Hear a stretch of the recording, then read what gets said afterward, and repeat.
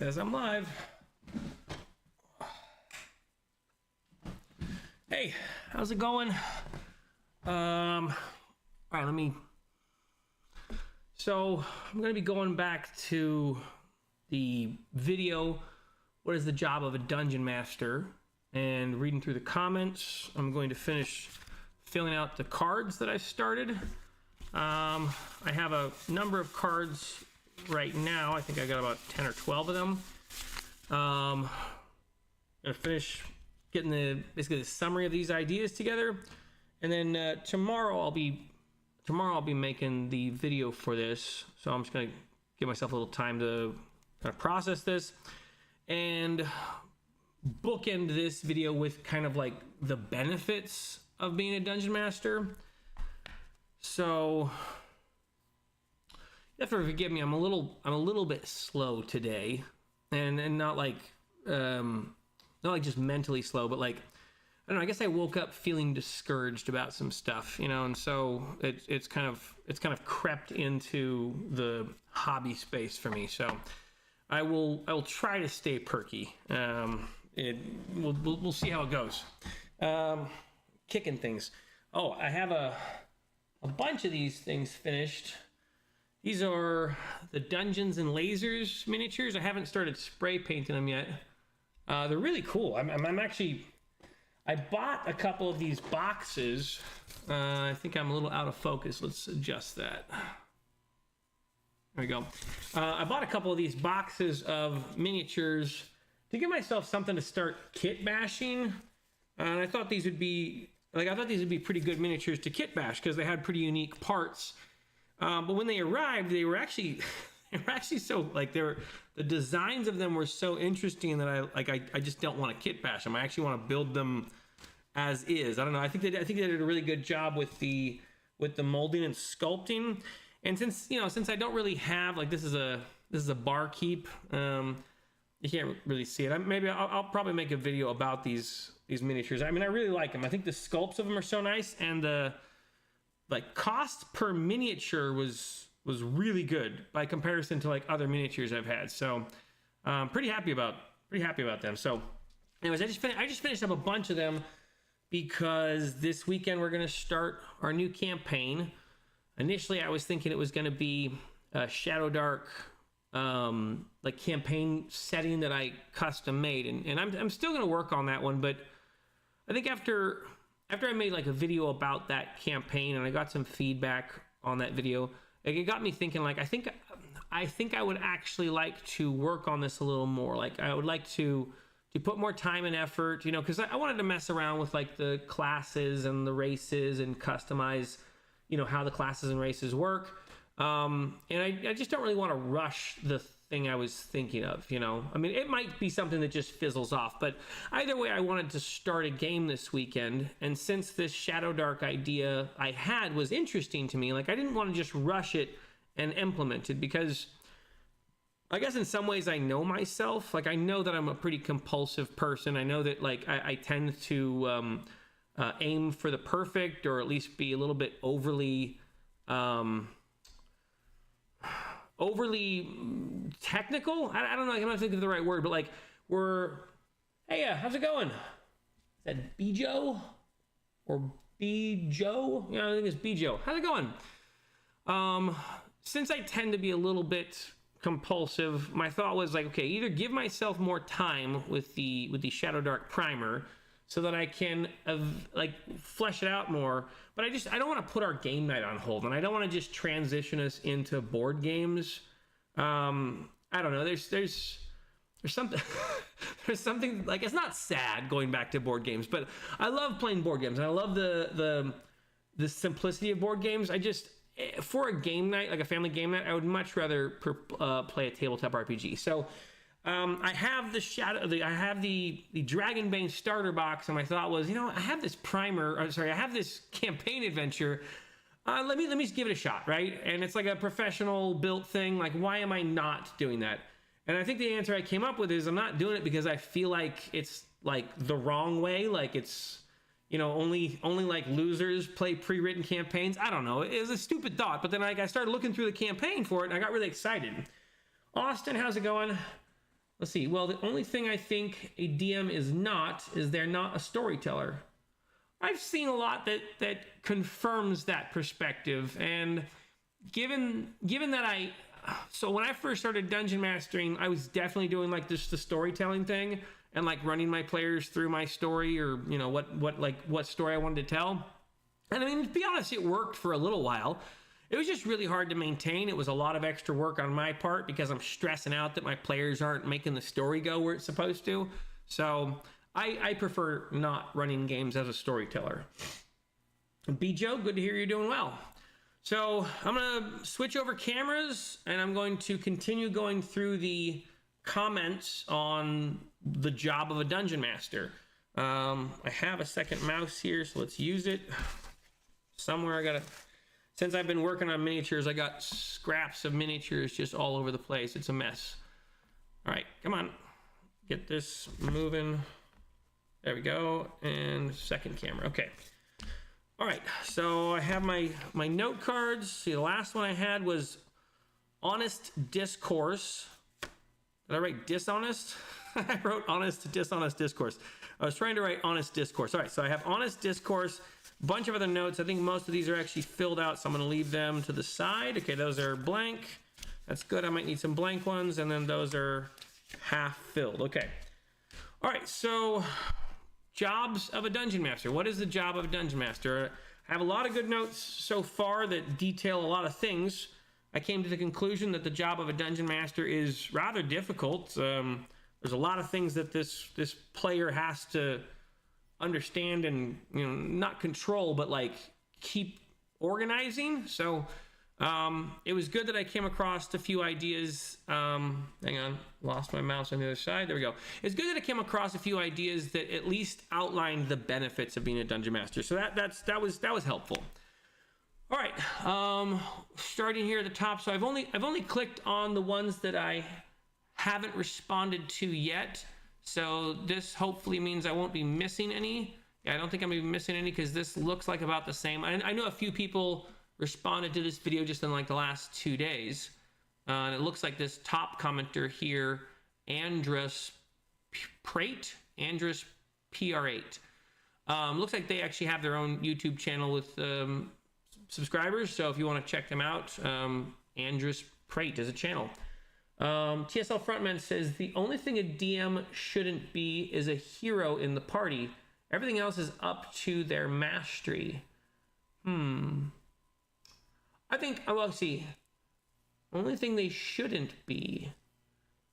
Is that really the only thing that they shouldn't be? I agree they shouldn't be a hero in the party. That would probably be a confusing story and like too many opportunities for a dungeon master to just like Mary Sue themselves. But like, I'm sure there's other things they shouldn't be too. I don't know. Tell me your thoughts. Like, why do you think that's the only thing they shouldn't be? Or maybe I see you're doing like a winky face. Maybe, I guess. Okay. Everything else is up to their mastery. All right. Well, here, let me get to the Andrus Prate's comment. So, what is the job of a game master? Here, I'm going to make this zoom in just a little bit. There we go. Close that down. Okay. All right, in the game I direct. Okay, so that's an interesting phrasing already. In the game I direct, I have two main functions: directing the game and arbitrating the rules. Let's see what they mean by directing, because like directing, this kind of goes into that like allegorical framework where we're talking about someone making a film and like directing a movie and telling their own story, and you know, like that already goes against what Austin has said, and I mean other people as well, and the idea I've gotten. So, all right, so the first involves describing how a scene progresses and how fast based on the player's descriptions. Okay, describing how a scene progresses and how fast it progresses based on the player's descriptions. Okay, representing NPCs and the environment, making sure the story moves forward by asking questions or introducing tension. Making sure everyone participates in the scene.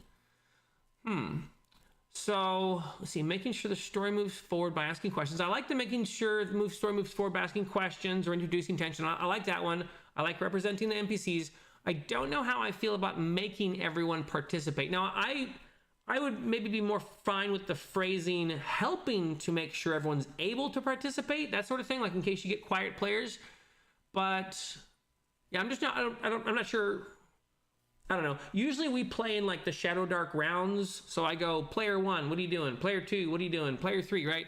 So everyone ends up kind of participating that way. But like if I get to player 3 and they go, I'm not sure what I'm doing, you know, I'm not really gonna prod them and be like, hey, you gotta play, you know. So all right, let's see. So that was the first thing. The first was ABCD. Okay, the second involves knowing when to ask for a role based on player description. Knowing when to ask for the role. Okay, all right, based on player description. That's a good one. I like that one. Managing the mechanical aspects of the game. Okay, deciding what the results from failures and partial successes, making sure rewards are given when it merits to do so. All right, I like all of these. These are pretty simple step-by-steps on how to do the thing. Okay, the first involves, the second involves. I'm not quite sure why they've, let me see, two main functions, directing the game and arbitrating. I always thought it was arbitrating, but arbitrine. Is that the right word? No, like arbitrary. I know arbitrary. All right. Anyways, arbitrine the rules. So I know what they mean by that, even if that, either I don't know how that word is spelled. Okay.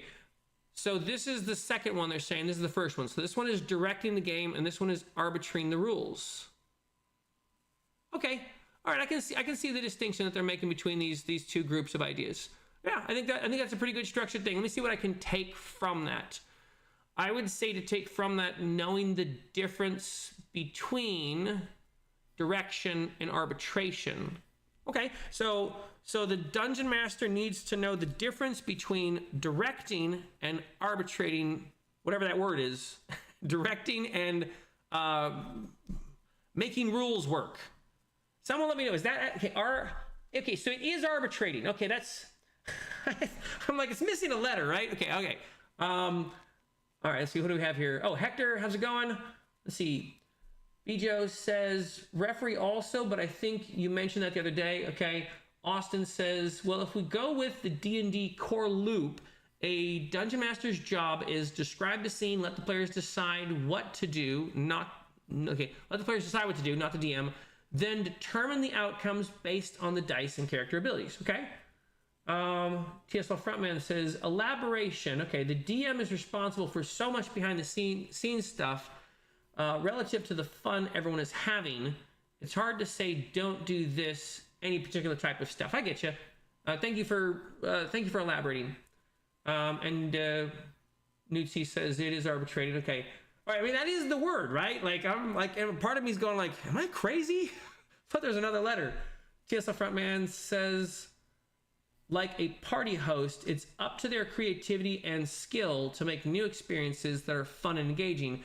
Limits aren't always a good guide on growing. And I think I agree with that as a premise in like in a whole mess of arenas. Like if you're trying to determine what something isn't, like you're not doing as good of a job of what determining it is. Like if you're asking someone like, what is happiness? And they only know how to describe it as like, well, it's not being anxious. You know, it's not wanting to die. Like, you know, it's not very helpful in narrowing a thing down and understanding what it is, just laying out all the stuff it isn't. So I agree with that framing. Let's see. Austin says he basically explained the DDD method in D&D, which isn't bad. Okay. What is the DDD method? And if that's what this essentially is, that's okay, cool. I mean, like that's definitely helpful. And so anyways, the thing I'm taking from that is knowing the difference between, knowing the difference between directing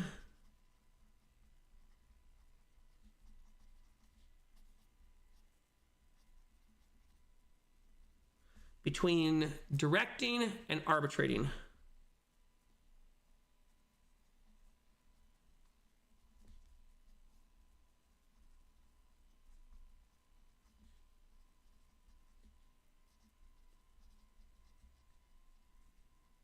Okay.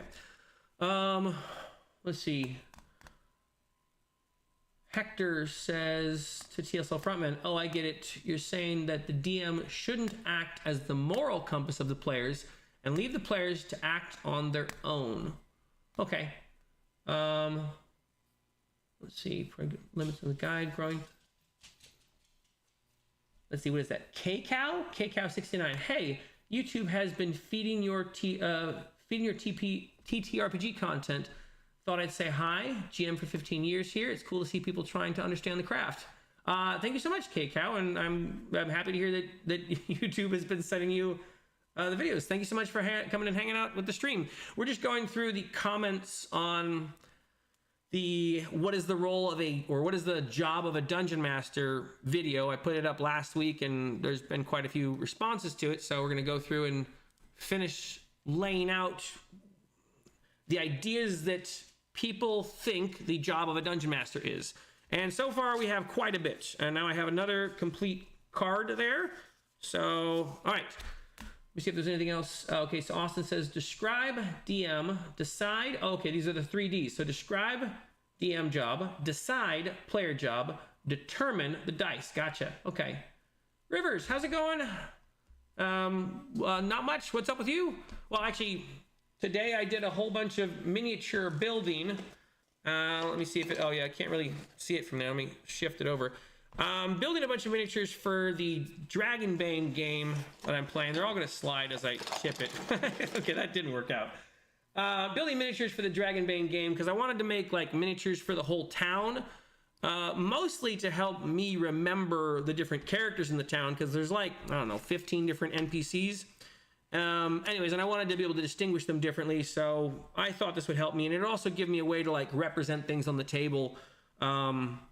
Yeah, and give me like a practical craft to do during the week while I'm contemplating the game. So, all right, moving on. We have a comment from Nixit11G34. Create scenario possibilities, arbitrate rule questions. Okay. See, create scenario possibilities, and this is, they're putting a semicolon here to indicate this is how it happens. I get it. Okay, so create scenario possibilities. So to do that, you need to arbitrate rule questions and results. Okay, there's another semicolon, so I'm not sure what the semicolon means here. Narrate the setting world, respond to players' actions, having fun, keep the story rolling. Okay, keep their story rolling. So let's see, I have already that I need to create stuff in the world. I have already that I need to arbitrate the rules and the results of the rules. Let's see, do I have, yeah, results of the rules. Okay, narrate the setting world. I have that in a different card. The one thing I don't know if I have is to keep the story rolling. So I'm going to add on here, keep the game, like, the Dungeon Master's job is to maintain the pace of the story, I guess. You can tell me if that sounds wrong, but I'm going to say maintain the pace of the story. And I know that there is some leeway in there for a Dungeon Master basically to step in and go, okay, we're going to move along to the next scene or whatever. Maintain pace of story. Keep things moving.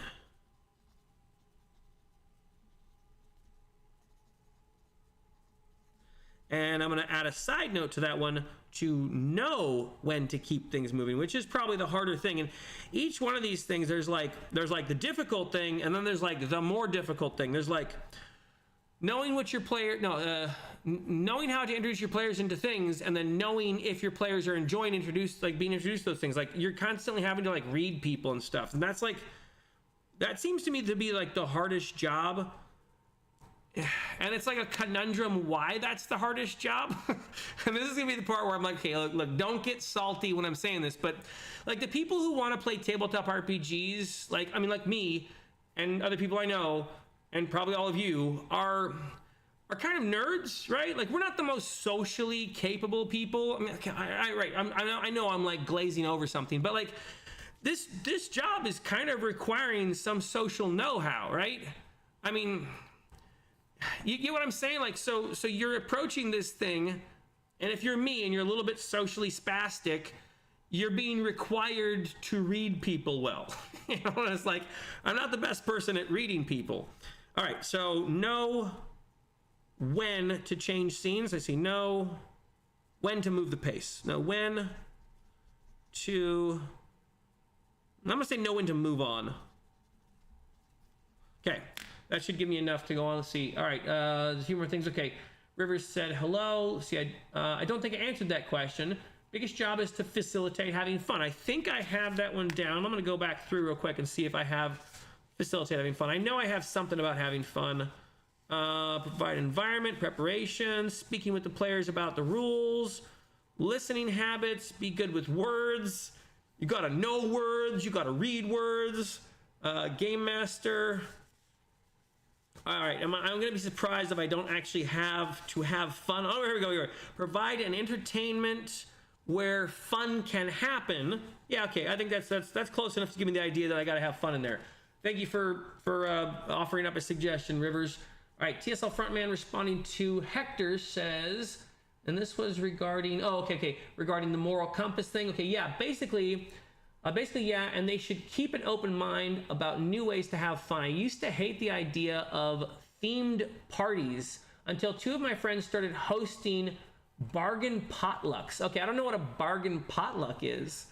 TSL Frontman, you're gonna have to elaborate on what a bargain. Okay, first tell me what a themed party is. I think I know. Like we used to have like a steampunk themed party or something, and like it was a kind of a costume party, but I don't know what a bargain potluck is. Austin, let's see, Rivers channel. Well, to encourage an environment where fun can happen. Okay, well, actually, that's actually what I have almost literally written down. Okay, there we go. Yeah, someone else is asking, what do you mean by themed parties? Satori says, hey all, hey, how's it going? Nutzi, let's see. Hector says, whoa. Okay, a good tip for maintaining pace and energy is always keeping one important thing in the air for the party, a countdown timer or critical objective, etc., even if it's not what's right in front of them. Okay, I like the idea of a countdown timer. And I'm going to actually add this to the bottom of it. I'm going to say using timers. And you know what? You know why I think that's okay. Thank you for pointing that out, because you know why I think that's really good. I just watched a video today on YouTube where a girl was talking about running Dungeons and Dragons and moving the scene along at times. And she talked about how it's a little bit difficult to do, but she was describing this scene where people are investigating a murder and you ask the players, so what happens as you're leaving the scene, right? Kind of forcing the issue. And, when she said it, I'm like, okay, yeah, I could see how you might have to do that sometimes. I can see how a dungeon master might have to go, all right, we're moving on now. You guys have been here for 30 minutes. It's time to go somewhere else. Using a timer is a really great way to do that. And even if the players don't know why that timer is ticking down, if you're just marking in little sections of a pie chart, your player's gonna be like, something's happening, right? So, okay, using timers, I'm gonna put that on there because that is a good way for a dungeon master to keep things moving without having to break the scene up. So, Hector Rodriguez says, who am I calling a nerd? I'm calling all you guys a nerd. I'm guessing at least half of you watch Star Trek The Next Generation. And the other half of you who don't watch Star Trek The Next Generation watch Star Trek Deep Space Nine. So I've probably covered the entirety of you. And that's me too. So yeah, I'm calling us nerds. Theme parties like a black and white formal or Hawaiian themed. Okay, so not a steampunk party, okay? See, I don't know. I don't have any friends that are cool enough to do a Hawaiian themed party. I don't even think I actually go on any parties. I don't know. Having Riker has really eliminated my party life. It's been a long time since I've been to a party. Let's see, that's why comedy kills. Reading the room is fixed hard. Let's see. Hey, I'm on the screen. You are on the screen. Yeah, so let's see. The main takeaway that I have from yours, Nixit, is to keep things fun. I mean, I got the other points that you made here also, but I actually already have those written down from previous comments. I think at this point, to be honest, I have so many things here, I'm just going to read through some of these to give you guys some ideas of anything I might be missing, and then I'll continue on going through. So right now what I have is have honest discourse with your players. Maintain pace and story, keep things moving, know when to move on using timers. There has to be an active player, the Dungeon Master has to be an active player in the game, and they are an important player in the game. Not the most important player in the game, but they're important in the game, okay? Know what game system you are playing, so that's the mechanical thing. Food breaks and feeding, that's like an out of matrix or out of world thing. Hosting, make players feel at home. Immersion, knowing the difference between directing and arbitrating, okay? And I got that from the one up just above. Learn the reason for a mechanic, learn how to be a player, don't play against your players. Mediation, rules, mediation between the players and the rules. The player characters' backstories. Let's see. Player characters' backstories. What is that? What is that word? Under motives into the game. Oh, okay. Making the players' backstories work out as motives into the game, something like that. Evaluate player morality, which basically means you need to kind of understand your player's sense of morals so you know what sort of situations to put in front of them. That's a more difficult one. Make the story have a character so that you can get into the mind of your story's character, including the NPCs and the world. Understand why you want to be a GM. It's like a separate side note thing. Provide an entertainment where fun can happen. Preparation, various different types. Respond to player action. Speaking with the players about rules, consistency, and adjudication. To figure out what GM ideas. Figure out what game ideas work at the table. Game Master's in charge of the game session, which is also another hard one. Listening habits, another hard one. Be good with words. That's up there. Be able to improve on a constant basis. Be willing to allow players to change the world, which is another one of those heady ones where it's like you have to let them kill your important NPCs and stuff. Knowing player characters. Actually know their characters. So like allow them to tell you who their characters are, and don't tell them who their characters are. Adjust story interactivity based on player experience. So for novice players, you're going to have to adjust the game, and for experienced players, you're going to have to adjust the game. So that's another like upper level one. Hold on, my monitor just turned off. Stop that. Turn back on. There you go. Knowing the game rules better than the players, or have rule something at the table. Either know the game rules better than your players, or have a rules sage at your table. Set the social tone of the table. Make determinations about non-rules. What is this one? GM play as the game world. Provide environmental consistency. Allow players to play with your world. Determine the skill level of players. That's like a repeat to one of the other ones I have. Determine players' interests. Provide players with the story and play. DMs, establish world building. Explain the social experience to the players. The Game Master is the presenter, and create opposition situations. Okay, so that's everything I have. I mean, what I end up doing with those notes is then like taking those all and writing them on a piece of paper, and then like shuffling them around until I get like a clear idea of some consistent way to go through it. And then I try and find the front end and the back end. And in this case, my front end is TSL Frontman's benefit, which is a question that says, what if you could make people feel capable and listened to? I like that. I almost even like that as a thumbnail, or as a title for the video. And then that's like the front end and back end. And then the other back end came from Krem, which was, what if you could ask your friends and family hard questions? I mean, this one's been floating in my head for a while because I really like that idea for like why you might want to run the game. To me, that's like the secret ingredient to why you might want to be a dungeon master. Like, what if you could ask your friends and family and your players hard questions? I love that. So, all right, I missed a lot of stuff in here. Yeah, so that's what I have so far. I'm gonna keep going on with the comments here. If you guys have anything you want to add that like you're like, oh, you've totally not written down this thing and it's essential for a dungeon master, like just go ahead and post it, and I'll try and pay attention here. Let me scan through here. We got theme parties. All right. Oh, TSL Frontman has to run. Going to catch the rest of this later. Thank you, TSL Frontman. Have a great evening. Let's see. Additionally, prefer the term chud. Okay. Is that instead of nerd?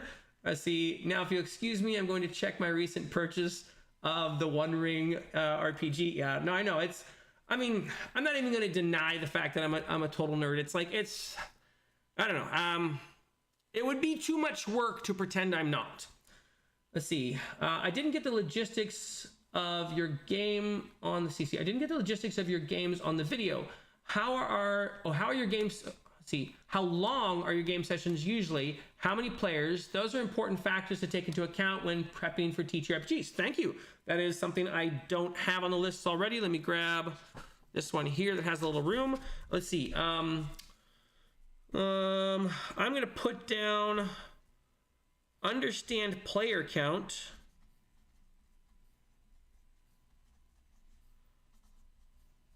Player count. And put a highlight there and then go differences between player counts.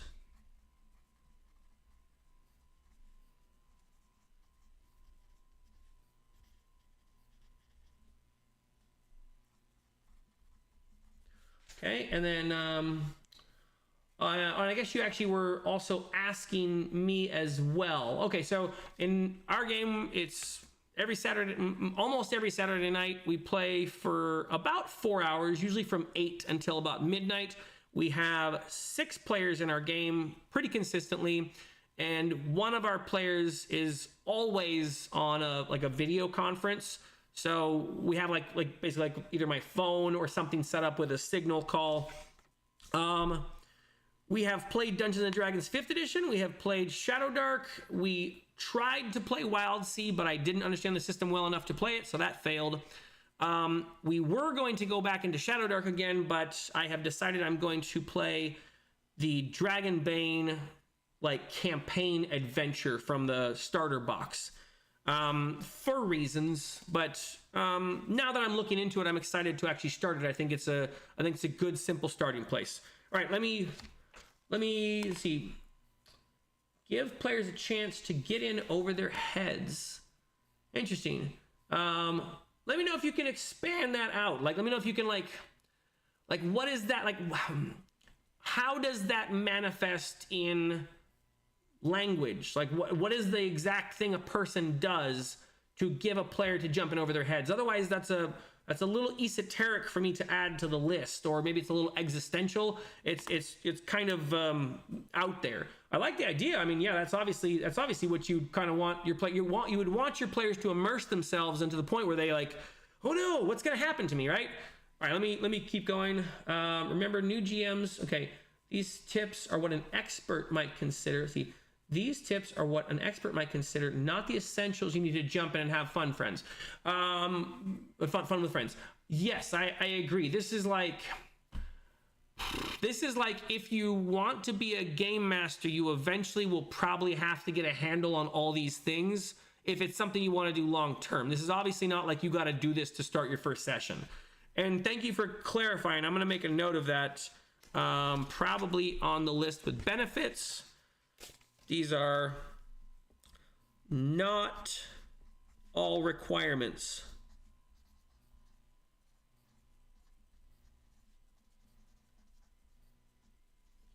Okay. Thank you, Bob. All right. So moving down. Oh, wait. There we go. All right. Derry Leret. To oversee the seamless facilitation of story through the integration of components and mechanisms written in the rules of the game. It's a very legal reading. It's very simple, covers a lot of stuff. Let me see if there's anything I can take from that. To oversee seamless facilitation of story through the integration of components and mechanisms written in the rules of the game. I think in various different forms, I have that idea already. Understand the mechanics of the game, understand how to implement them, try and make things fun. So I think I have that idea covered already through the other comments that I've taken apart. Thank you very much, Derry. See, Jack Neller.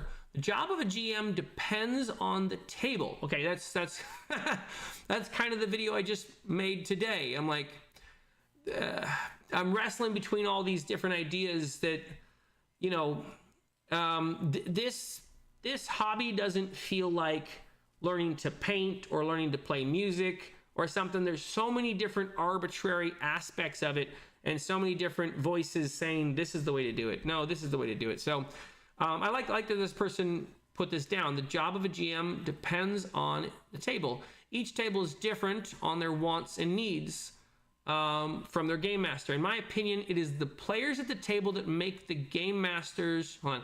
In my opinion, it's the players at the table that make the game master's job description for that particular table. Got it. Session 0 will help as you give them a chance to relay their expectations to you. I don't know if I have it already, so it might be a repeat note, but I'm going to add down. I already do have it. I have the knowing your players. Yes, understand. Okay, I understand player count, difference between players. I do have understand your players. So I'm gonna leave it be. I like that they succinctly summarize that though. So that is essentially like know your table. All right. Let's see. And Solmir adds to that. Oh yeah, GMing for new people versus hardened veterans, two completely different experiences. I also think I have that one down. Know your players' experience level. Let's see. Story characters, Spawn, Game Master, okay. Yes, know your, like, so, okay, know your player's experience level, like know the difference between whether your players are new. I'm actually gonna add that as a separate note though. Know your player's experience level.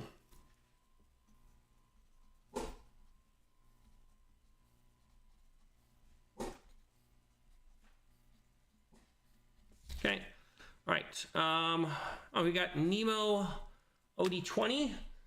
Let's see, we have a few things added in here. See. Okay, so Nixit says they find a room with many foes, a higher level challenge monster scenario, and let them come. See, hold on. Find a room, okay, higher level challenge monster or scenario, and let them come up with a creative solution, not simply charge in. They detect a trap before it goes off. They figure out how to not set it off, not just a roll, etc.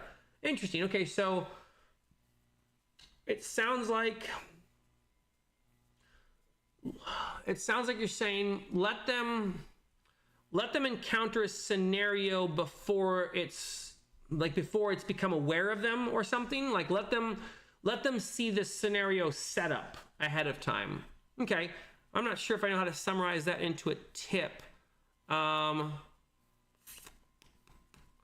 gonna have to think about that some more, because I mean that is obviously like good, like that is a good way to run a game. I don't know how to put that as like a summary note though, but I like the idea. It's like introduce them to the scene before the scene or something.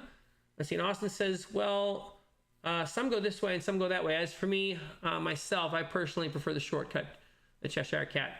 I like that one. My son's a big fan of that film. All right, Cow says, no matter the group, I always make sure that I impose the group a 10-minute break every 2 hours. I GM online and people enjoy having a break to smoke, wander their house, kiss their partner goodnight. Okay, that's a good point. I have something about breaks. I think I have food breaks in there. Yeah, I have food breaks, feeding. Yeah, so I have the idea of breaks down. That's a good one. Thank you. All right, Nemo says, this one has some more. Okay, the GM section of Index Card RPG explains it well, and if I typed it out, it would probably get removed again. That's a bummer that YouTube does that. People keep saying that like YouTube is doing that. Like they make a whole comment and then like YouTube deletes it. That sucks. It's the best game master manual on the planet. Okay, that's high praise. It is also a short read. There are a few videos on YouTube reviewing it to give you a taste. Lazy DM is another required reading. And isn't a let's see. And it isn't a hard job to do well once you understand the basics and how to fill in what you don't have already prepared or are lacking a specific rule. Let me read that again.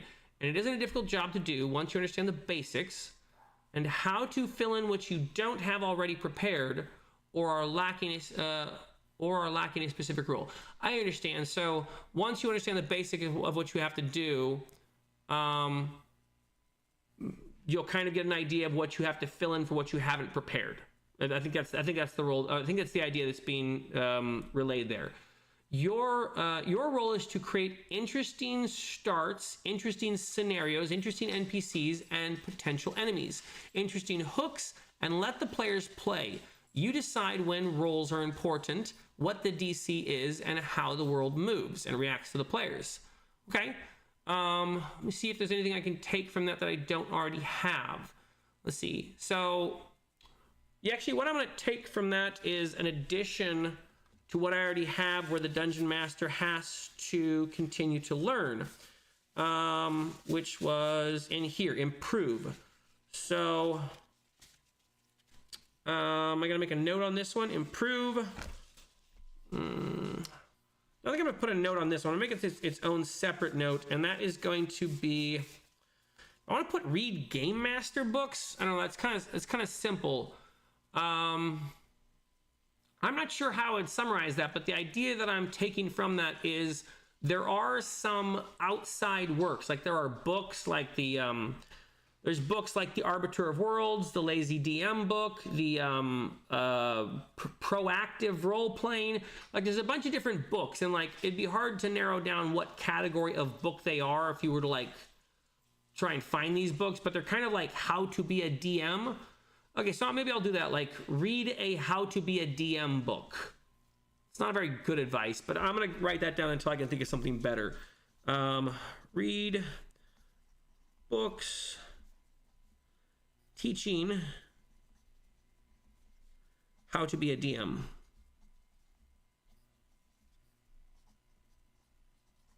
Okay, and I'll leave a hyphen there in case I have some other ideas to add to that. And I will probably add that in a section on improvement.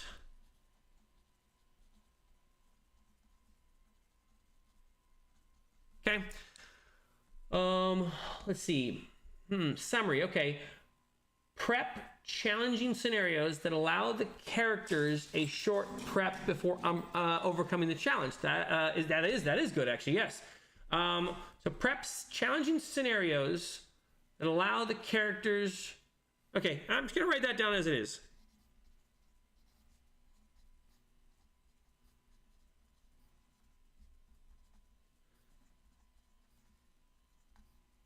Prep challenging scenarios that allow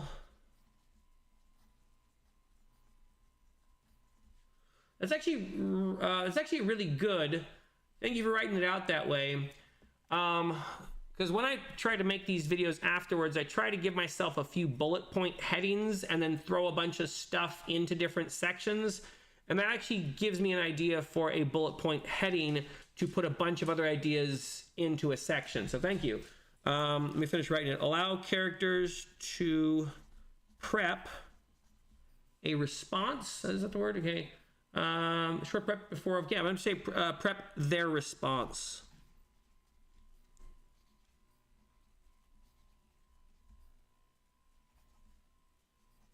Response to challenge. Okay. Thank you, Nixit. Let's see. Austin Walker says Deathbringer Tabletop RPG by the Professor DM has one page that explains all of 5e in it. Is that right? Wow. Nick Campbell says always be learning. What is that? Always be.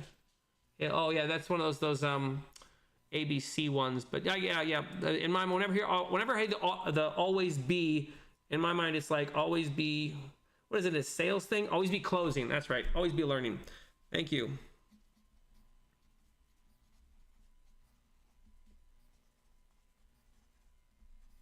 Okay.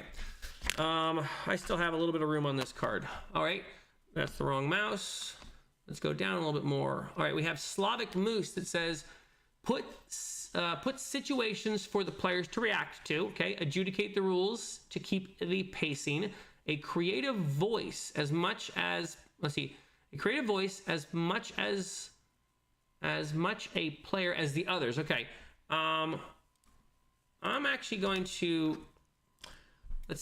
I'm going to add this to a benefit actually in my list of benefits. Under unique creative outlet. Okay, this is going to be a silly one. I'm going to put, because I love to do this. I love to try and do accents in my games. I'm not great at accents, but I love, if I have a certain character coming up and I'm like, okay, I envision this character a certain way. I want to do a British accent or a German accent or a Scottish accent or a Russian accent or something, an Irish accent. And so while I'm prepping that character, like I was even thinking about it for my Dragonbane game, sometimes I just get 2 words in my head where I'm like, wheels and tires. And so every time I want to go into like an Irish accent, I just think of the 2 words wheels and tires. And the same thing with like Scottish and Russian. And so I was thinking, okay, for the characters for the NPCs I have in Dragonbane, I was just going to write down like, okay, this character to me has an Irish accent. So I'm going to write down wheels and tires. And that'll remind me to like anytime I speak as them, I channel an Irish accent. So the idea I have this one was where they said a creative voice. The thing that popped into my head was literally it gives you an opportunity to mess with accents, right? Like you don't just get to go out in public and like pretend you're Irish. I mean, I guess you could. It's a little schizophrenic, but this is an opportunity for you to mess with your. I think my wife actually loves messing with like her French accent, whatever. So. Let me see. Let me write that down. Let's see. Can I give some simple voice acting tips later in the Discord? I don't think I'm a good voice actor. I don't think unless that was aimed at someone else. Let's see. I don't see anyone. Yeah. So if that's aimed at me, I don't think I do good voice acting. Like I don't think I'm a good actor. I can give not good accent tips. Like generally, like if I'm trying to speak in an accent, I try and think of 2 or 3 words that get me into that accent. I don't remember what they are for like British or Cockney or Russian. I generally have to like try and speak it for a while and then go, oh yeah, okay, these are the words that would get me into it. But if you think I have some suggestions about voice acting, let me know. Let me know what suggestions those should be. Hang on, let me finish writing this thing down. So, opportunity to speak in funny voices.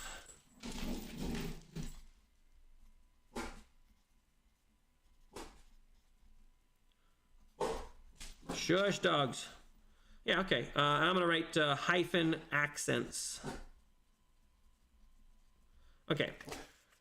Oh, he's saying, oh, can he give you some tips? Oh, yes, yeah, I would, thank you. Okay, I totally misunderstood that yes, okay, if you have, because I'm like, I don't think I have that. Yeah, if you have some suggestions, absolutely, go on my Discord, post them. You can message me privately if you want. If you have some thoughts or ideas about voice acting stuff, yeah, let me know. Is everything okay? Yeah. What? Bishop brought a big box home. No. Oh, hey, go take it out to take it to the garage. Okay, I'm take it to the garage. I'm finishing up my stream. Okay. Thank you, Riker. I thank you for telling me about the X-Men Robot Sentinel, buddy. All right. Got it. Yeah. So yes, if you have these tips are very simple and work for 90% of the people, but basically plug your nose, look up and talk normally, and you'll hear a change. Plug your nose and talk normally. And okay, yeah, is that voice acting? Plug your nose, look up, and talk normally. I suppose that is sort of voice acting. Okay. Let's see. Satori says, I just rolled up my 2nd tier city of about 30 NPCs, mostly nobles and thieves. It's about giving NPCs politics, presence, and character. That's interesting, right? Okay. Because, I mean, I think that if you can do that, if you can give your NPCs like some kind of presence, politics, and character in the world, it's gonna allow your players to play against them better. All All right, I might add that to a benefit actually under the creative aspect. Character building. I'm gonna write character NPC building. I do see this one as a positive, not a negative, or not a workload thing, but more of a positive. See, character and nope. NPC building. Okay, I'm gonna put my benefits back and go back to my regular card. Okay, let's see. Content surprise. How's it going? You're at work. Oh, have fun at work. Hopefully I catch you later. Let's see. World's okay SGM. Heyo, late to the party. Yeah, I will.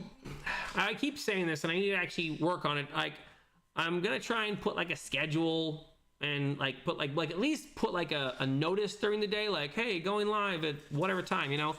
And then I've noticed that people have like those little starting screens where it does like a 10-minute countdown so that you're not late to the party. So I will probably before the next time I stream, I will try to make one of those. I can't promise, but I will try to make one of those like countdown screens, you know, so that people aren't late or whatever. Let's see. Okay, on. As you get better, you can plug your nose without your fingers. Another tip is talking slower or faster to help with just a way of talking. Okay, can add nervousness or slowness to a character. Interesting. Okay. Let's see. I can almost talk. Okay, I can see. Yeah, I can almost talk with my nose sounding this way, but not like plugging my nose. All right. That's interesting. Thank you.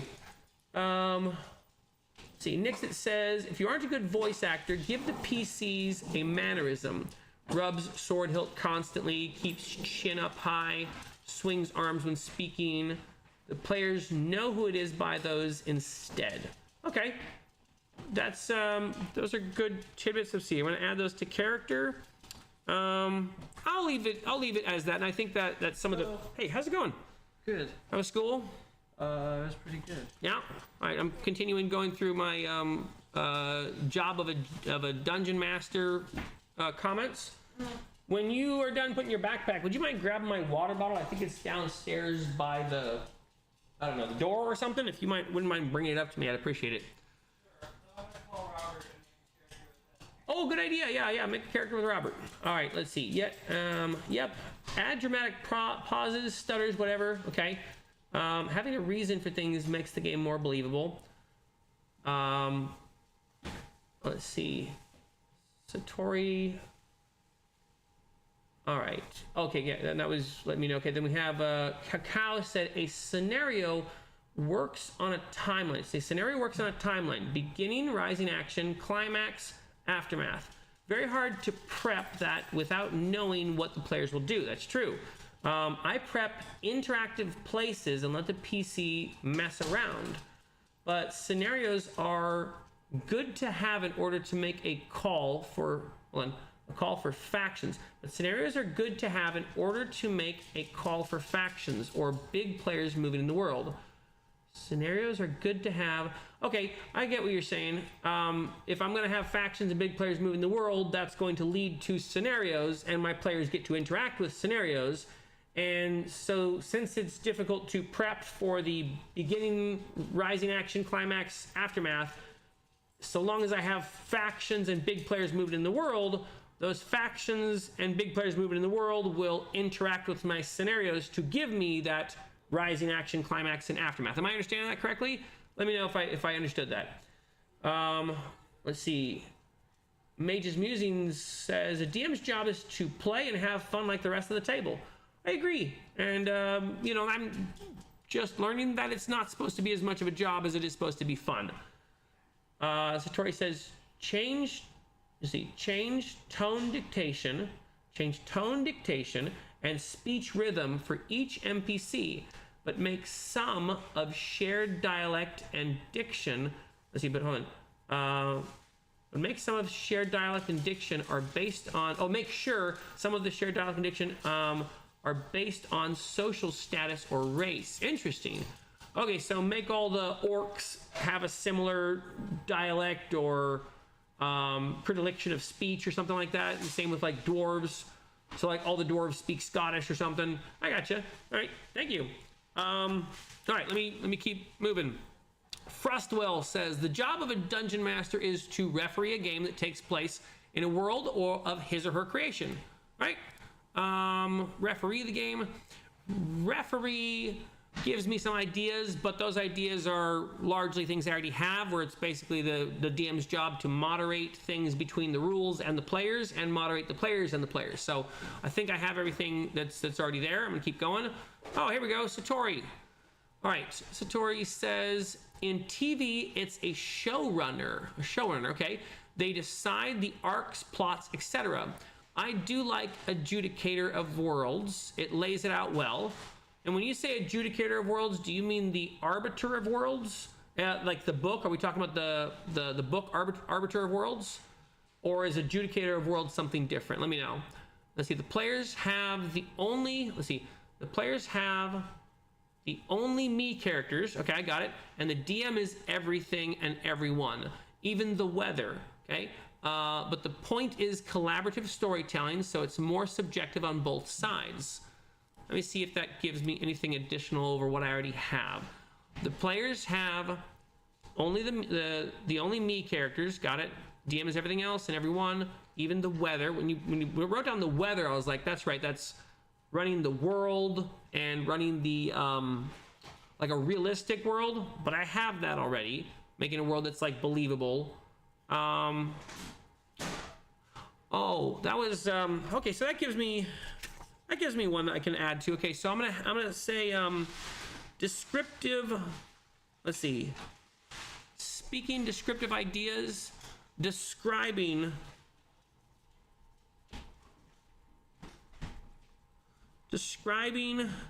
world elements.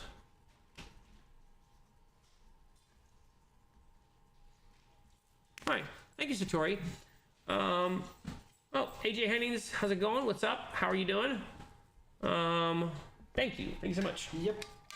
What are you, you're gonna call Robert right now? I called him. He said, to call him back.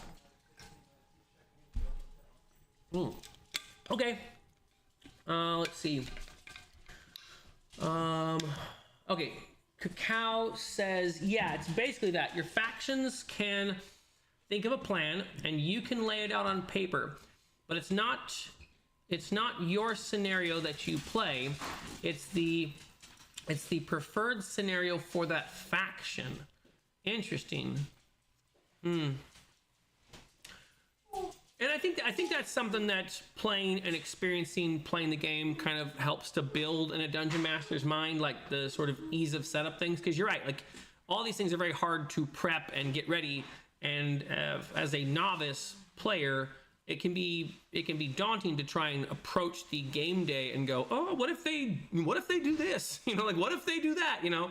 But when you have a pretty good grip on like the factions and the big players in the world, you're also going to know some of the places you can ease off of the anxiety, because you know they're going to do what they're going to do and your factions are going to respond how they're going to respond. So thank you for explaining that, Cacao. Austin says, third tip, extend your lower jaw out and keep your tongue on the roof of your mouth and you'll sound like an orc or a troll. All right, let's try that. Extend my, like, am I trying to make myself have an underbite, or am I or sound like an orc or a troll? Or sound like an orc or sound like an orc or a troll. Okay. I'll try and read it. Okay. Third tip. Extend your lower jaw. I'm guessing you mean underbite. Extend your lower jaw out. It's hard to keep my tongue on the roof of my mouth, but I good tip. I appreciate it. Let's see. Widespread factions give a recurring foe who is different in each scenario. Let's see. Widespread factions give a recurring foe who is different in each scenario. Okay, great idea. Who said that? Let's see. Mage's Musings. More specifically, I run my games in a way that allows me to be surprised and experience the ongoing events along with the players. I don't funnel them down pre-planned beats. I think that's good. It's too hard and too awkward to run players down the pre-planned beats. I mean, I tried that at a few different times when we were playing Dungeons and Dragons, and it was really unsatisfying as a dungeon master when players wanted to do a thing, and I'm like, sorry, that you can't. Like you break the game if you do. Yeah, I get what you mean, Mage's Musings. Cacao says the faction scenario. The faction scenario will involve important places or items, very important people, and those are the stuff that you need to lay out. PCs are agents of chaos in the prep of factions. PCs are agents of chaos in the prep of factions. That's, let's see. Oh, laid. Did I read the wrong word? Laid? No. Okay. Oh yeah, laid. Okay, I got you. You spelled it the wrong way. That's a really. I agree with that. I like that, and I'm sure there's probably a book that explains that type of stuff, but that's very helpful because it takes a lot of the pressure off the dungeon master, game master, whatever, for having to figure out what are the players going to do next. You don't really have to figure out what the players are going to do next. You just have to figure out what the factions are going to do next. And I think that is actually how I have to try and approach the next game we start playing, as opposed to trying to figure out like, hey, what are my players going to do? Or what are they going to do here? Like, as you're writing it down, I'm thinking about this, this Dragonbane campaign that I'm about to start. And in this Dragonbane campaign, I know that, sorry, I'm trying to actually get the book out without dropping my box of miniatures on the ground. Yeah, so I know that I have to run this, a couple of these NPCs. Like there's this NPC, this guy's name is Azrael Koth, right? And so Azrael Koth is like my main villain, and he's got some minions, and him and his minions have some stuff that they want, and because they have some stuff that they want, I know what they're going to be doing in the region. And yeah, laying it out that way is actually very helpful. Let's see. AJ Henning says, not a big fan of massive amounts of factions. I prefer to keep it to 2 or 3. It gets convoluted after that. Thank you for saying that, AJ. I was noticing that this book has about 3 factions in it, and I was thinking about pumping it up a little bit, but I just didn't know why I was going to pump it up. And I think I was going to pump it up because I've seen games where there are like 6 or 7 factions. Gets convoluted. Okay, can't manage that many competing factions. All right, that's helpful. Thank you. Nixit seems to agree with you, AJ. Nixit says, see example, Order of the Red Claw, different members who oppose or interfere with party plans, different cities, etc., all wear a Red Claw necklace to identify them. Okay, yeah, something where, what, and I think I like that in the game where you have an enemy faction that, like, maybe even out of game, you tell your players, like, hey, whenever you guys interact with this faction, like, you don't have to negotiate. Like, these people are eating puppies. Like, these people are evil. So don't worry about trying to, like, befriend them or, try and get on their good side or negotiate with them. You can just beat them up. And I mean, I think that's a little fun for the players to run games that way. But it is also, I think it is also interesting for the players to have some factions they can try and negotiate with, but I think at least one enemy faction where it's like, they're not going to have to try and figure out this faction's backstory or figure out if they were like, a deprived child or something like that. They're just going to be able to kill that faction. So, let's see.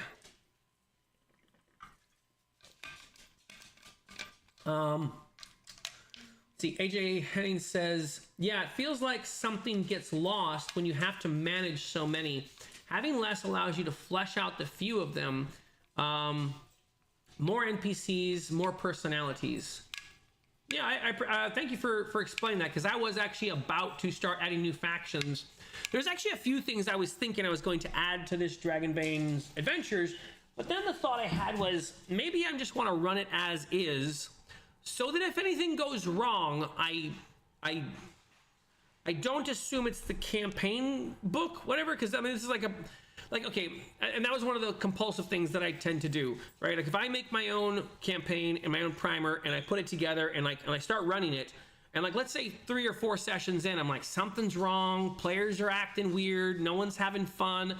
Well, then I can go, all right, obviously it can be my primer. My primer could be at fault. But like if I'm using this thing, like I don't imagine they would have printed this and mass published this if it were faulty, right? Like this thing has to probably work pretty well. And it's not a D&D primer. It's not a D&D campaign. There's not like a specific thing that's supposed to happen in a specific order in scene 1 through 10. It's just a setting with like a hex crawl, right? So shouldn't be any issue with this if something goes wrong. So if something starts going wrong, I can go, okay, maybe I've done this thing wrong, but it as its core shouldn't be wrong. Does that make sense, right? Or maybe I can approach one of my players and go, hey, what's going on? Like you're not like engaging. Is everything okay? You know, like as opposed to me going, I gotta tear this thing down from the foundation and like start over. I don't know. You can tell me if that makes sense. I'm gonna go back to this. I just got Satori's done. I'm gonna hit 1 heart and then I'll try and catch up with the comments. Okay, I clicked on the heart on those. All right. 1 heart says, I think it's easier to describe what a player is, or rather what they control. Okay, I think it's easier to describe what a player is or what they control. Okay, their character's intentions. Interesting. A game master controls everything else. Okay, so all right, I see. So they're trying to do the thing that I said it's more difficult to do earlier on in the stream. I was saying it's difficult to explain happiness by describing it as, well, it isn't being anxious, it isn't being depressed, but they're doing it that way. And let me go with it and see why they've done this. So it's easier to do it if you to describe what a player. See, I think it's easier to describe what a player is, or rather what they control. Their character's intention, okay? The Game Master controls everything else. Just as a player describes what their character wants to do, a Game Master describes what the environment or situation is, calls for dice rolls, and interrupts results. And interprets results, okay? But there is more to it, especially if there is a long campaign. There's hosting, scheduling, record keeping, and more. For these responsibilities, the GM can be a delegator, but oftentimes takes them on by themselves. All right, I think, all right, let me see. I think 1 Heart did a really good job of making that thing that I said I generally try not to do, which is describe the negative or describe the opposite. I think they did a really good job of fleshing that out in a way that is clear. Let me see if there's anything I can take from that. Okay, so the thing I'm actually taking from that is that the Dungeon Master should delegate. And I'm going to actually put that, okay, I need a new card. So this might even go in the benefit section. I don't know that it's necessarily a benefit, but okay, so for example, if the Game Master knows that they're prepping the game, they're making the miniatures, they're doing like the terrain, and they're also, I don't know, they're doing something else as well, like they're providing the location, then the Game Master might need to go, okay, hey, it's so-and-so's turn to bring snacks this time, right? And that would actually probably be good for them to do, like hey, we're gonna run a schedule of who brings snacks each week or whatever. Or who prepares something, or who brings I don't know, coffee or sodas or something. So it's not quite a benefit, but I am going to put it on here. Game Master delegates,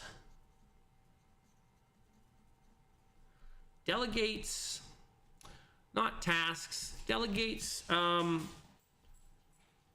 hosting needs, delegates. It's not out of matrix stuff. I don't know. I'm just going to say delegates hosting needs, and I'll try and make sense of that more. Hosting needs. Okay. Let's see. We have here, Cow is agreeing with AJ. I like to outsource my factions to other friends that are not playing the game. Interesting. So I have TTRPG creative stuff to talk with a lot of people. That's a good idea. That's actually pretty fun, actually. I was in one of our campaign sessions doing some of the Braunstein method and getting players to have stuff going on in the world, and I think I wanted to do it again. I'm not sure how exactly it would work with the Dragonbane campaign, but if it comes up as a possibility, I would do it. Let's see. Austin says, yeah, underbite. Okay. Helmet lip. Without a helmet lip, take right thumb and plug right. Okay. Plug right nose hole. Remaining four fingers over the lips. And whisper. And whisper to sound like a helmet on your head. So I'm gonna whisper. To sound. Whisper. Other four fingers over the lips. Whisper. Whisper. Sound like I've got a helmet. Sound like I've got a helmet on. Huh. I'm probably not doing it right because the whisper sounds really muffled to have a helmet on. Although I don't know if I've heard a lot of people who have helmets on. At least not armor helmets. Okay. Austin, you should write a book of these. You know, you should make like if there's like a Reddit post, you know. Yeah, you know what? Message me some of these because these are pretty handy. These are interesting. AJ Henning says to Cacao, yeah, guest star sessions are always a fun thing. I do that for holiday type sessions. What is guest star? What does that mean, AJ? Nick Campbell says a GM plays the world. That's their character. Act how the world would act in response. That's it. That's a simplification, but you don't need to anticipate the players. Just understand how the world would respond.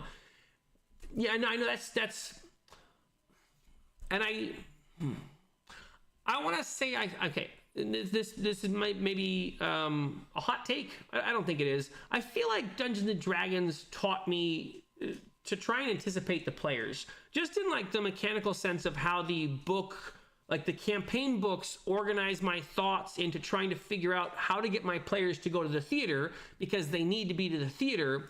It didn't really do it in the way where it was like, okay, the bad guys are going to bomb the theater. And so, you know, somehow there's clues or rumors that my players get. It kind of just went, now your players need to go to the theater, right? So either some NPC walks them over to the theater literally, or says, now go to the theater because, you know, whatever. So, and I'm not blaming Dungeons and Dragons, but like I'm now having to come out of a set of thinking that Dungeons and Dragons, I at least want to give them credit for inspiring that thinking in me. This other type of thinking that you guys are talking about, where I just go, well, my bad guys are doing this thing, and so this thing is happening. Now the town is getting attacked or whatever. You know, I think it's a lot easier. I think it's a lot easier for a dungeon master to run the character of the world as opposed to trying to micromanage the players in the world. Let's see. Nixit says the web is full of NPCs to mine. Okay, if you need one for the next session. All right, thank you. Mage's Musings. What? You never had hot dogs? Oh, this is in regards to enemies, the villains that eat dogs. Nick says, who needs the web? Just steal characters from fiction you've watched or read. The more obscure, the better. I wouldn't use that logic for every TTRPG product because not every company has the same quality control, but Free League and Dragonbane is quality. Okay, oh, you're talking about this campaign guide. Thank you for specifying that. I was actually wondering, like, I mean, I'm sure they do a pretty good job, right? People have given Free League pretty high praise. When people described it as the or Dragonbane, when people described Dragonbane as the beer and pretzels RPG, it kind of registered in my mind like, oh, this might be easy or easy-ish or simple for a person to run who's new to tabletop RPGs. Nixit says, I made a list of notable TV or movie personalities. I assigned them to an NPC. When playing them, I just ask, what would Sheriff Andy Taylor say? Or Christopher Walken, easy peasy. No, that's a good point. Putting characters on people. Nick and Nixit, thank you. World's Okayest GM says, I like this setting or game to provide cohesive and interesting factions and competing agencies. This way, anywhere they travel, a quick plot hook is as easy as giving that location a quick read. Okay, hold on. I like this setting or game to provide cohesive, interesting factions. Okay, got that. And competing agencies. Okay, cool. I understand that part. This way, anywhere they travel, a quick plot hook is as easy as giving the location a quick read. Okay, I understand what you're saying. So, like, once I have the factions and competing agencies in the world, they're going to be doing stuff in these locations, and all I have to do is basically describe, and you arrive and the windmill is on fire as a result of what the factions have done here, and my players get to go, let's go put that windmill out, and boom, they're already interacting with the factions. I gotcha. Because the factions are like, hey, don't put this windmill out. We were trying to burn it down. Like, what are you doing? Okay. Thank you for explaining that, World's Okayest GM. Rick Anderson. 1, care about your players, but not too much. Ooh, that's good. You have to enjoy doing it. See, you have to enjoy doing what is most important. You have to enjoy doing it. Okay, you have to enjoy doing it is most important. I get it. And I actually am going to write that down. Care about your players. So, all right, I'm going to write down, be willing to kill your players for their own good. I don't know how to summarize that better. I'm going to try later on, but be willing to kill, not your players, to kill your players' characters. Kill your players' characters.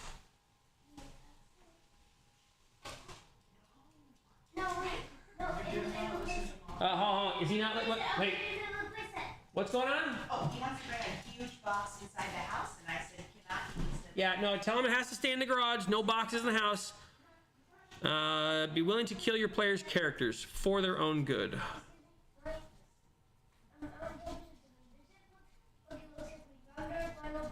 Okay. All right, let's see. New topic.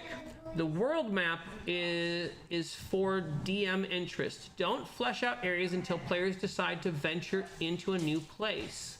The world map is for DM interest. So why not flesh those places out? And Well, probably mostly for time. I understand what I can make up in my mind. I want to know what they mean.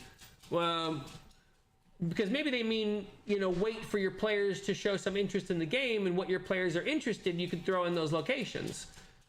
There's probably a whole bunch of different ways that you can interpret that thing, but Where's the Dragon Man book? The nice one? the nice one, Dragon Man book should be downstairs. Really? On the table, I think. It's not up here. I don't have it up here. I don't think I have it up here. Yeah. It's in your room. It could be in my room. Let's see. Cacao says, after every game, ask each player in the open for a thing they loved and one thing they want to see more of.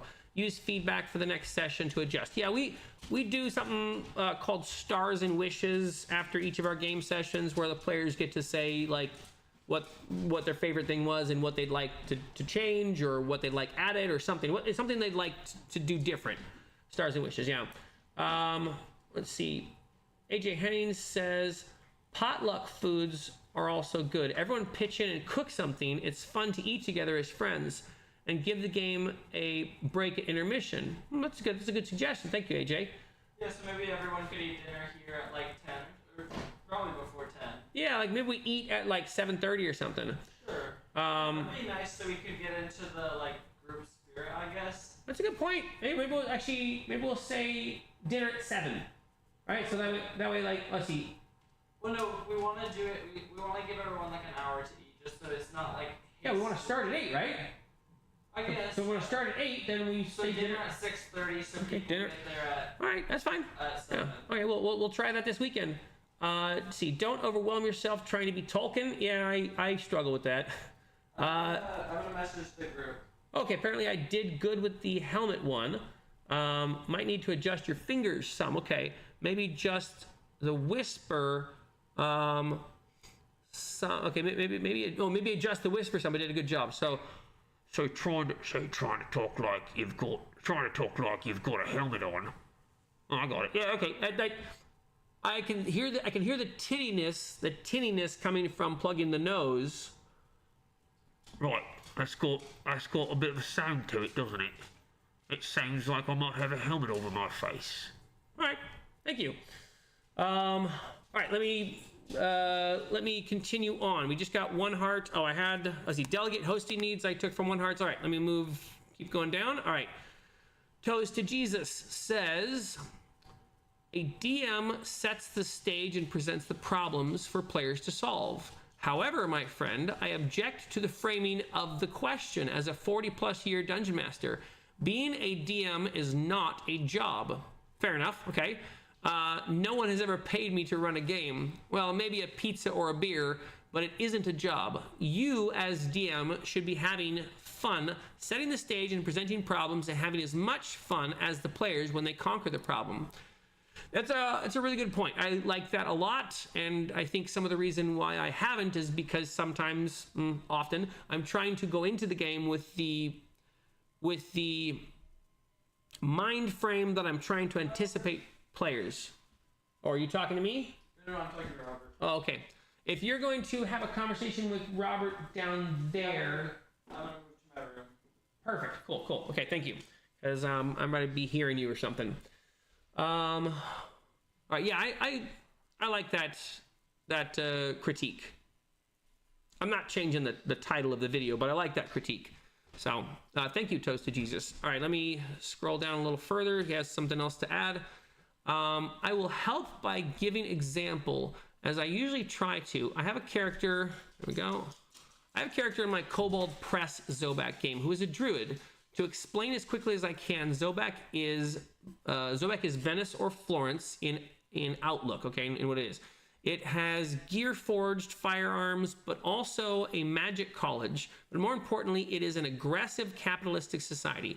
So my druid player took a nobleman's son background and explained that he is rebelling against his guildmaster father by going to be a druid. Okay, that's a cool setup. So I have set up a situation where the player will have to make a choice in the upcoming ritual in the Margreve Forest outside of Zobek.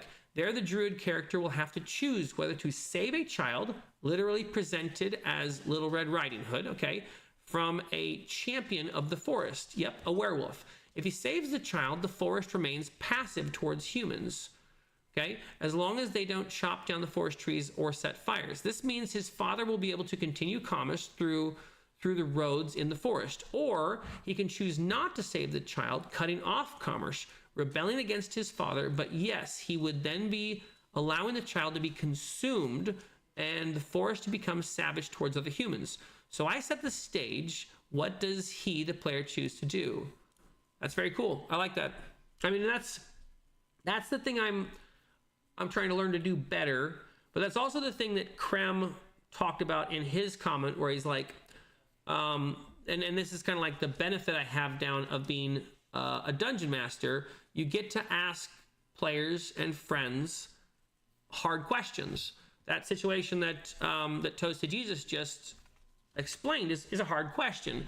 What do you do? Like, do you keep your loyalty to your family? Do you betray this interest or this interest? Do you save this innocent child? I think that's probably one of the things in my mind that's probably like, I think the asking the hard questions or moral questions is probably one of the top things in the pyramid of reasons why I like to dungeon master.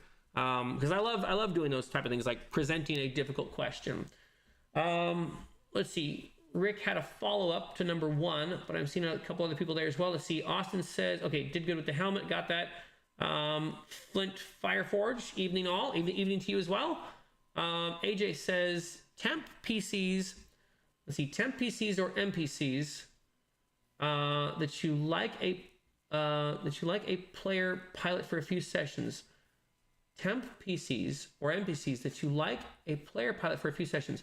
It's more method role playing, as they are coming in and playing a pre-gen that has to function in a way. I get you. Okay, so you make player characters that are temporary ones, but they're like actual characters in your world. And so if someone new is joining the game, you get to throw them one of these new characters, but you're kind of forcing them into playing a character that's already pre-written in some ways. I like the idea of that. Oh, guest stars. I get it. Okay. Thank you for clarifying what that was in reference to. Okay, that's a fun idea. I like that actually.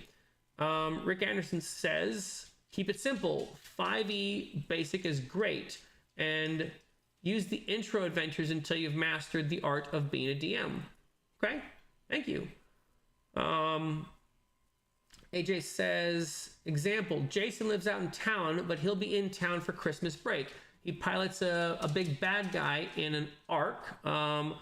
Over a few weeks, he's home, but he's not a PC or a character native to the campaign. So he pilots a big bad guy in an arc. Over a few weeks, he's home. I gotcha. Nick says the player's actions should affect your world. It's nice to give a city a personality, a general feel, organization, but players need to be able to affect and change the environment. Clear. And that was regarding.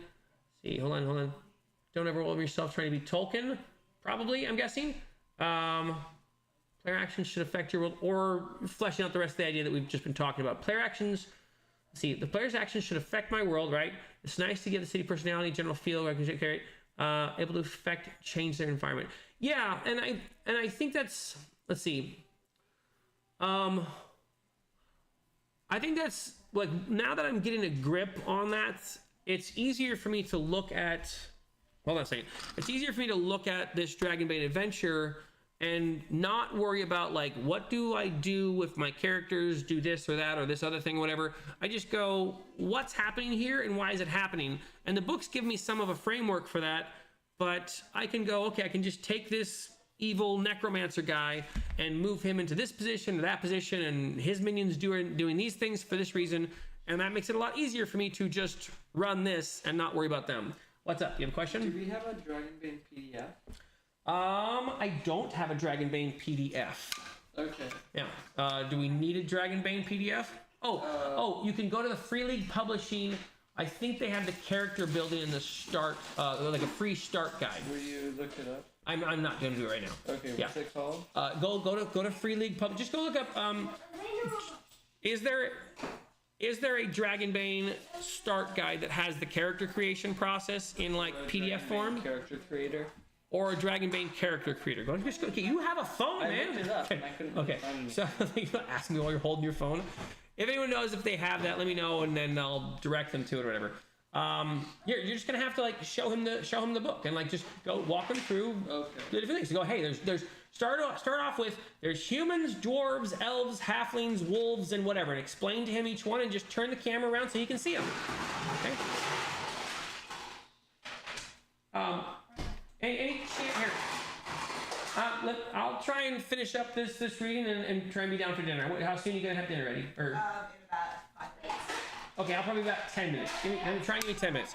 So I'm gonna have to try and wrap this up in 10 minutes, which is gonna be hard, but I'm gonna try. All right, I covered all that as the players do. Okay, set the stage. Get ready. Okay, all right, got that. Okay, all right. Frostwell says job can be defined as a responsibility or duty. I like that explanation. Let's see. Are you only learning today? The English language carries more than one meaning. Oh, okay, and that might be a little contentious. Let's see. Job can refer to. Okay, all right. I didn't take anything from. Okay, yeah, right. I didn't take anything from Toes to Jesus comment saying like job might not be the appropriate word for here. But yeah, this sentence is a little bit argumentative, or I think it is argumentative. All right, Frostwell says, hey, look, it's a a-hole on the internet trying to pick a fight. Okay, he says it twice. All right, got those comments. Okay. Tim Hadley says, being the dungeon master is not a job. Okay, another person. Frostwell just came here picking fights with multiple people, apparently. Let's see, okay.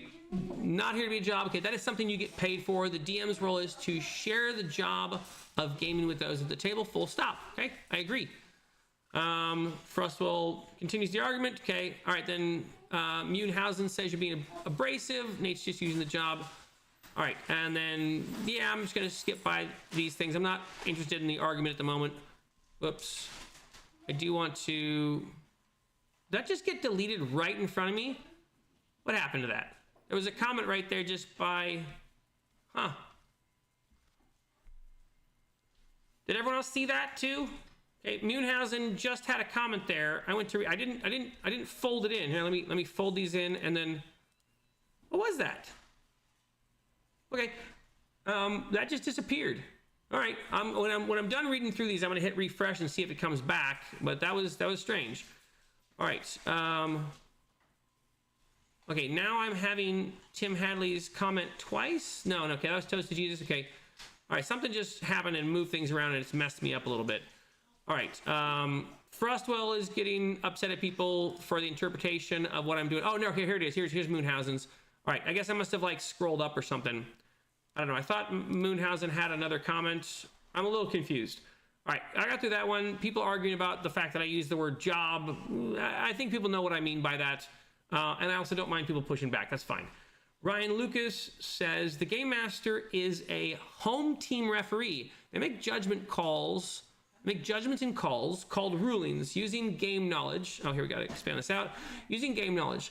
But you're ever so slightly biased to your players because you are on their side and you want to see them do well. But you still have to remain mostly impartial.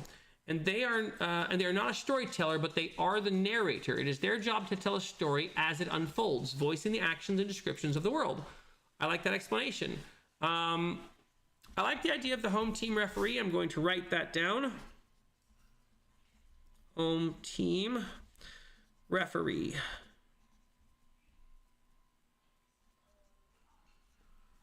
Okay. All right. Continuing on. Let's go here. Okay. Hector Rodriguez. Hey, if you're still here, this is your comment. Okay. It's a very complicated question that requires at least 7 or 8 thick paragraphs of very tiny letters to answer. So here we go. I suggest to take the bathroom pause and get some water now. Okay. Haha, gotcha. In reality, the job of a dungeon master is very simple. It's very similar to being a party host. Have something prepared beforehand. It doesn't need to be too complicated. In fact, better if it's simple. Know the basics of the game you want to play. Listen to the wants of your players. The know your table thingy, gotcha. Okay, and try to have fun. And don't owe anybody, you don't owe anybody fun, only to try. Okay, I agree with that. If something goes sideways, try to understand why. And also try to understand that sometimes it's not your fault because you are not playing alone. Interesting. I really like that last part. I'm going to write that. Let's see. Remember, you're not playing alone.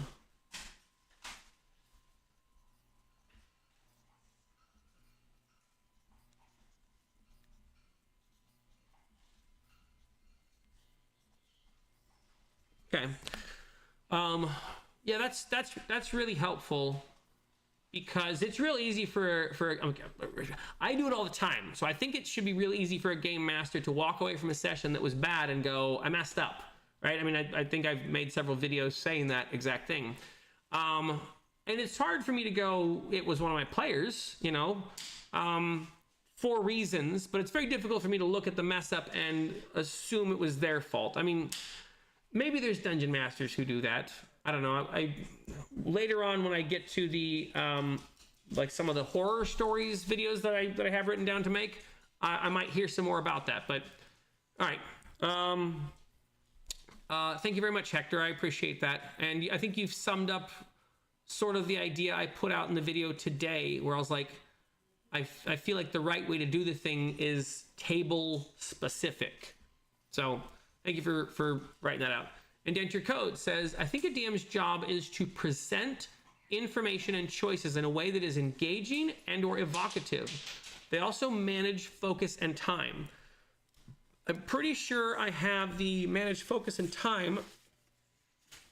I have that in another way. I'm going to add a second note down here to, and I'm just going to split that one. Since I'm almost done, I'm going to start a new card.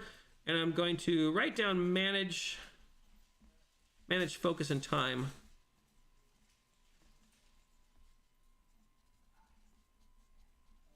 Okay. The other parts of that I have, but I don't think I have manage focus and time so clearly labeled, so I'm going to add that. Thank you very much, Indenture Code. Mosh Tradamus. To play the environment... to play as the environment, the world in response to players' choices. The story comes from what happens at the table. The GM might need to set the hooks to get it rolling. To enable the gameplay the game system is trying to facilitate. That's a very succinct explanation. To play the world in response to the player's choices. And I know I have respond to players' choices, but I don't know if I have it structured in exactly that way. I'm going to write it down that way. To respond to player choices. Okay. Thank you, Mostradamus. Let's see. Versagoth. I've learned how to say this name before, and now apparently I've forgotten. Versagoth says Versagoth. I'm going to stick with it. From my experience, a GM is an adjudicator of the rules, voice of the world, presenter of problems, and designer of locations. Yeah, and I think I actually have all those things already. Designer of locations, yeah, I would call that like preparation, presentation. Yeah, I have those. Thank you very much. I love this. Present problems, let players figure it out. It isn't a script. All right, let's see. Tal's Corner says, this is purely my take. Wait, let's expand that out. This is purely my take, so I'm aware it's probably limited to my table. But to me, the game master is the figure whose task is to ensure that the session and the campaign as a collective of sessions runs smoothly, and everyone, including themselves, walks away satisfied until the next episode. This is extremely vague, I am aware, but in my experience is what I believe many of the types of this is what I believe many of the types of GMing I have seen boiled down to. The specifics of how that happens, whether it be adversarial or not, whether it be lean into narrative or not, it is what makes it look so different from table to table. On top of that, a GM is a player too. So what I'm taking from that is it is a role that's difficult to nail down to one thing, and that might be helpful to have that.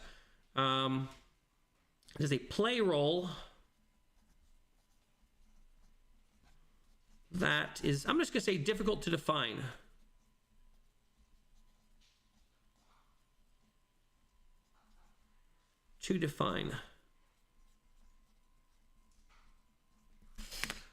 Okay. Thank you very much, Tal's Corner. Let's see. We have here Mix It. Okay. Nixon said agreed. It's not a job. He's amusing. Stop trying to anticipate them. It's a lost cause. Yeah, no, I totally agree. Learn to roll with their choices. Thank you for summing up that up, Mage's Musings. AJ Henning says, oh yeah, dude, maps were insanely expensive. Maps are a novelty and a matter of wealth for players. I gate the hell out of maps for players. Even if they get them, I muddy them up a bit. Interesting. Never drop pizza on the DM's map. Or probably Maparina Island is the best island though. Play for 2 hours each, play for 2 more. Sometimes it's a good thing to let the players process what's happening in the beginning of the session. That's a good idea. Interesting. That's giving me some ideas for our sessions. Thank you. Don't be afraid to stop on a cliffhanger. It keeps players coming back for more. I like that idea a lot. Flint Forge, as someone who has played for 40 years and is occasionally paid to run a game, I have fun at my job. Especially if I can buy my own beer and pretzels at the end of the night. Nixon says, don't finish the battle. The dragon tears open the tavern. Don't finish the battle. The dragon tears open the tavern roof, and see you back next week. Yeah, I kind of like doing that if that's possible. About creating hard questions. If a character has ambition driven by a resolute player, include them in a relationship triangle with 2 other characters, possibly other player characters, okay? Really interesting watching your journey into role-playing games. I've only played for a few years now, and I still feel like a beginner. Most creators are veterans, so it's nice to see your perspective. I'm really glad you're happy to see my perspective on this, because sometimes I'm like, okay, like the video I put out today, I'm sure it comes across like I feel weathered. I kind of do. I don't know what exactly it was, but like I kind of woke up this morning and there was like, I don't know, something felt beaten down. And it wasn't necessarily just game type of stuff, whatever. I'm sure it had to do with like my son, because he's like a constant concern. He had a bad day at school today. That also didn't help. He kicked a kid and he wiped boogers on his teacher.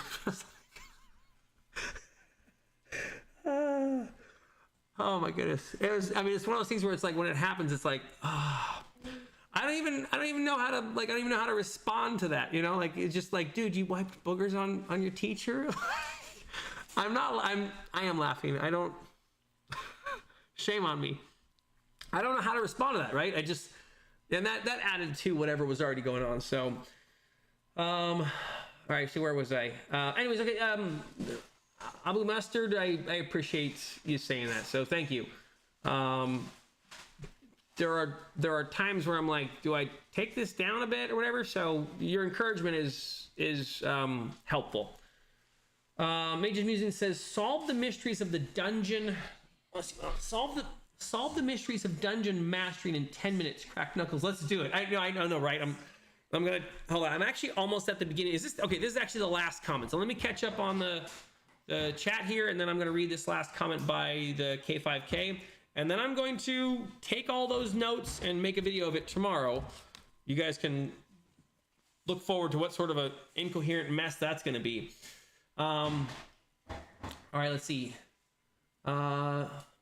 Rick Anderson says, I think the best book for a beginning for being a new DM, new dungeon master is Dungeon Master for Dummies by Slavexic.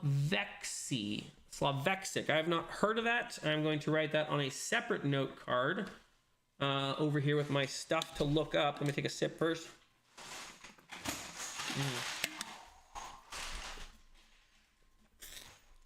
Dungeon Master for Dummies.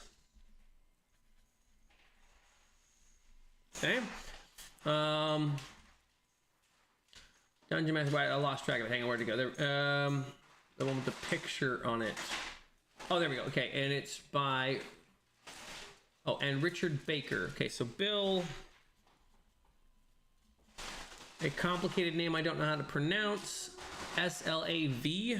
Okay. All right, and then Richard Baker. Thank you. I appreciate that. I will take a look at that. Let's see, Mage's Musing. Okay, you're not here to entertain your players, nor are you there to give them an experience. You are especially not there to cater to their whims. Well done. I'm here, yes. I was dealing with customer service. Oh, yeah, no problem. No problem, Hector. I liked your comment. Let's see. Mage's Musing says, I mess up all the time. It's part of the game. One will never be perfect again. You roll with it and learn. Agreement from Nyx. Gotta go. Awesome catch up. Catch you live night. Okay. Good night, Nyx. Thanks so much. Midwest Malachi. Hey, how's it going? Nice to have you here. I'm actually gonna finish up this last comment, and then I'm jumping off for the night. I mentioned earlier I will try to set up a little countdown thing for the live so that I'm not starting and people getting here late. So I'll try and get that set up before the next time I go live. Toast to Jesus. Howdy. Thank you for all the hearts on my comments. What's the job of the DM? Oh, no problem. Thank you. Tips posted. All right, appreciate it. Thank you, Austin. I will check that in Discord. All right, let me finish up this last one, and then I'm going to go down to dinner. The role of a Dungeon Master, Game Master is to facilitate gameplay. That's it. What does that mean, though? Facilitate how? That depends on what everyone in the group likes. Interesting. Do they like DM-led story-driven adventures? Then your role is to create a story arc and lead the players down that path. If your group likes old-school open-world games, then then to facilitate gameplay, you need to create an open world and allow your players to freely explore it, allowing emergent story to bubble to the surface at the table. So the answer to your question is it depends. It depends on what the group you play with wants. I think that was a great last comment, because that's kind of the idea I've gotten so far, is you kind of have to figure out what the players at your table want. I'm going to take from that the comment here. Let's see, it depends on what everyone in the group likes. So this is a different note. Okay, my last note then is going to be determine what your playgroup wants.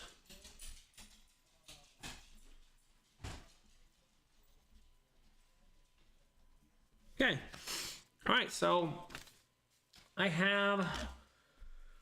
have, let's see, 1, 2, 3, 4, 5, 6, 7, 8, 9, 10, 11, 12, 13, 14 cards. They're not like full cards. They have like 3 or 4 ideas on each one. So whatever about 3 times 14 is, that's how many summary notes I have. I'm sure there's a few crossovers and stuff, but I mean, I think the interesting thing is this was about 60 or 70 comments, and I think some of those were responses. So let's just call it like 50 opinions or ideas, right? So like 50 people's ideas of how you run games. And I get the sense that most of you have been running games for between 5 and 40 years. So there's a wide range of things. And each of you had like, there was enough different ideas. Like I don't have a lot of repeats in here. There was enough different ideas to flesh this out that it took me this much. Like, and there wasn't even very much overlap. Like there was a couple overlaps. Like you saw, like I came to a comment and I'm like, okay, I think I actually got most of this already. But there was a lot of different ideas. And I'm not even like really trying to read in to it to make different ideas, but like this one was a clear and concise way of saying you got to figure out what your group wants. It's so much that I was like, okay, I don't know if I actually have this idea exactly, but maybe there's some crossover with some of the other ideas. So I think it's very interesting that each of you are coming at this with such a diverse and unique take on how to do the thing, that someone new coming in can go, so how do you do this thing? And it takes this much to explain it, right? Like that's interesting to me. And it's like all this to be able to ask your players and friends hard questions, have a good creative outlet, give you an opportunity to speak in funny voices and accents, run characters and NPCs, build worlds, let's see, allow you to ask, hang on. What if you could make people feel capable and also feel listened to, right? So those are like the benefits of doing this thing. And it's like these, I mean, there's obviously more benefits in the creativity aspect. Like I just summarized creativity, but I mean, really, actually, it is kind of this, right? It's a social dynamic thing. It's different than just watching a movie with people, but it is giving you like this unique ability to make people feel capable and listened to while asking them difficult questions. I mean, that's a pretty powerful benefit, especially like today when like it's difficult to ask people difficult questions. So, I want to say thank you all so much for posting your comments on these things. I really appreciate you giving me feedback on these, like how to make a, like help me make a video things. These are really fun. So I mean, if you guys like doing this and you like me going through the comments, I'm just going to keep doing them this way. And instead of trying to make videos with me reading the comments, I'm going to just read through them in a live stream. That's probably going to be what my live streams are for a while at least, unless I'm like painting miniatures or something.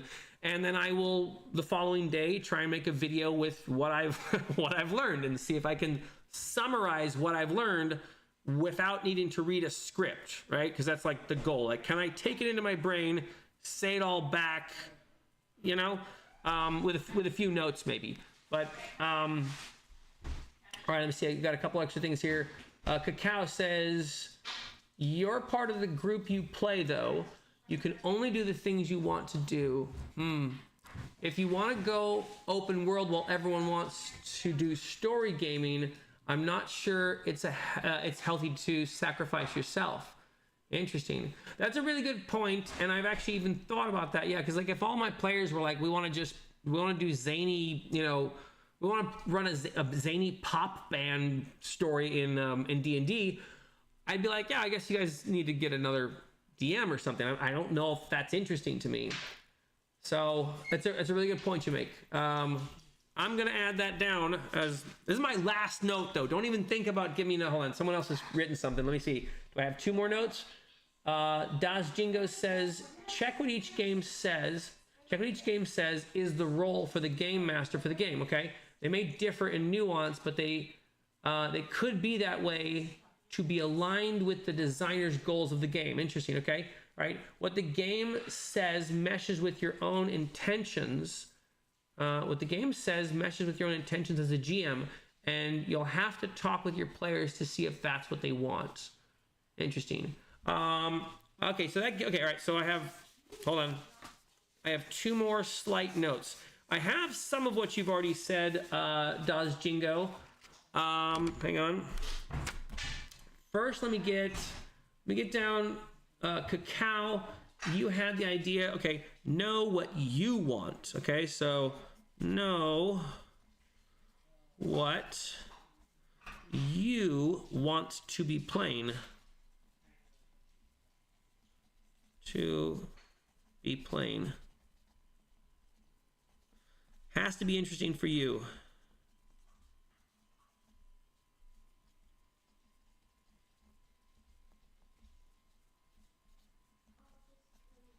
Okay. And last one, Das Jingo. Okay. How do I go back to the summary of that one? Let's see. Check. Okay.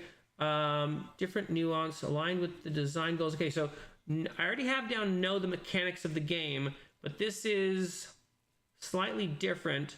But the game meshes with your own intentions as a GM. You'll have to talk. Okay. So let your players.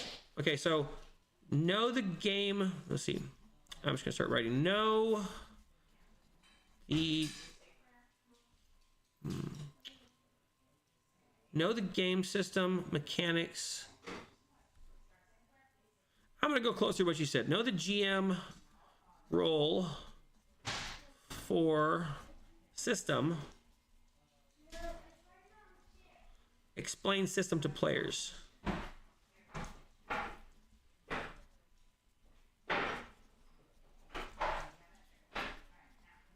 Okay, cool.